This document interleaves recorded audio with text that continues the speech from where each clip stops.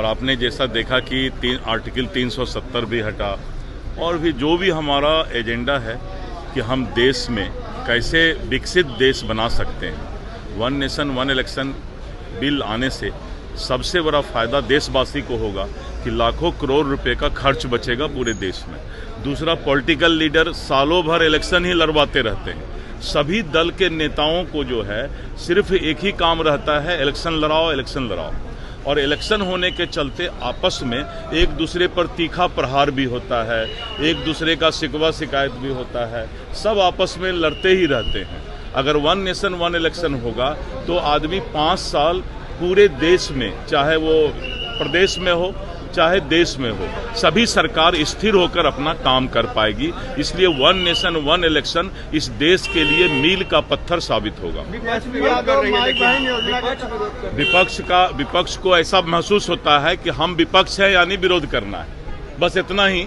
जब उसको एहसास होगा तो वो सभी लोग स्वागत करेंगे। तेजस्वी यादव जो है महिलाओं को 2500 रुपए देने की बात करे सरकार भी बनाएंगे 25 में। उनका दावा है कि ये मैजिक साबित होगा हमारे लिए। ऐसा है ना कि पूरे देश में एक फोबिया हो गया है। आपने देखा कि अलग अलग स्टेट में इसी तरह का फोबिया होता है कि महिलाओं के लिए, इसके लिए कुछ से कुछ बोल करके वोट ले लो। लेकिन महिलाओं को एनडीए सरकार पर ही भरोसा है।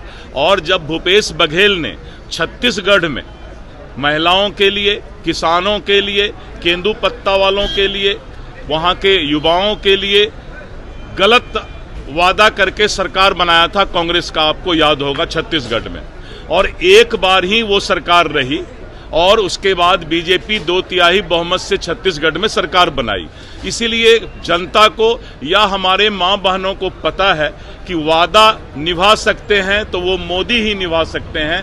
मोदी है तो मुमकिन है और मोदी है तो वो बात पक्का होगा। ये छत्तीसगढ़ में महिलाओं ने साबित किया था। तो वन नेशन वन इलेक्शन बहुत ही अच्छा प्रस्ताव, अगर पारित होता है, कानून बनता है, कार्यान्वित होता है तो देश को बहुत ही फायदा होगा। समय की बचत होगी, बार बार चुनाव होने से समय बर्बाद होता है, पैसा की बचत होगी, पैसा बहुत खर्च होता है। एक बार चुनाव होगा तो पैसा कम लगेगा, हर तरह से लोगों को सुविधा होगी।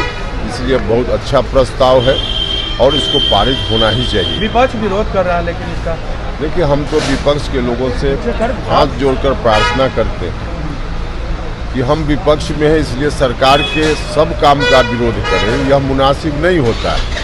विपक्ष के लोग हैं, सरकार कहीं गलती करे तो जरूर विरोध उनको करना चाहिए, इसमें कोई दिक्कत नहीं, यह उनका धर्म बनता है। लेकिन सरकार जहां अच्छा काम करे, देश हित में काम करे, वहां समर्थन भी करना चाहिए।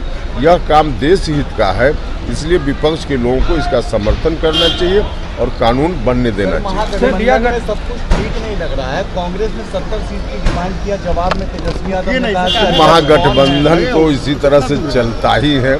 आपस में स्वार्थ के आधार पर लोग मिले हुए लोग हैं, तो इसी तरह से उनकी यही नियति है। एक सवाल ये है कि 2025 का चुनाव बेहद अब नजदीक आ रहा है और ऐसे में अब जो है एनडीए में ठीक नहीं लग रहा है। अमित शाह से जब सवाल पूछा जाता है कि नीतीश कुमार के नेतृत्व में चुनाव लड़ेंगे तो वो चुप्पी साध लेते हैं। आप इसको देखिए, आप लोग गलत व्याख्या करते हैं चीज़ों की। कहीं से कोई यह मामला नहीं है।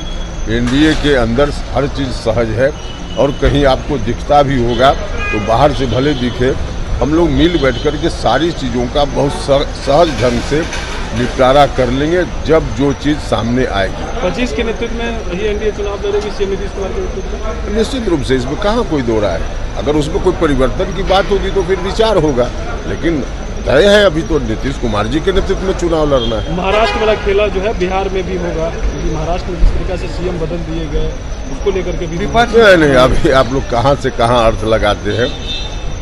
महाराष्ट्र अलग है, बिहार अलग है।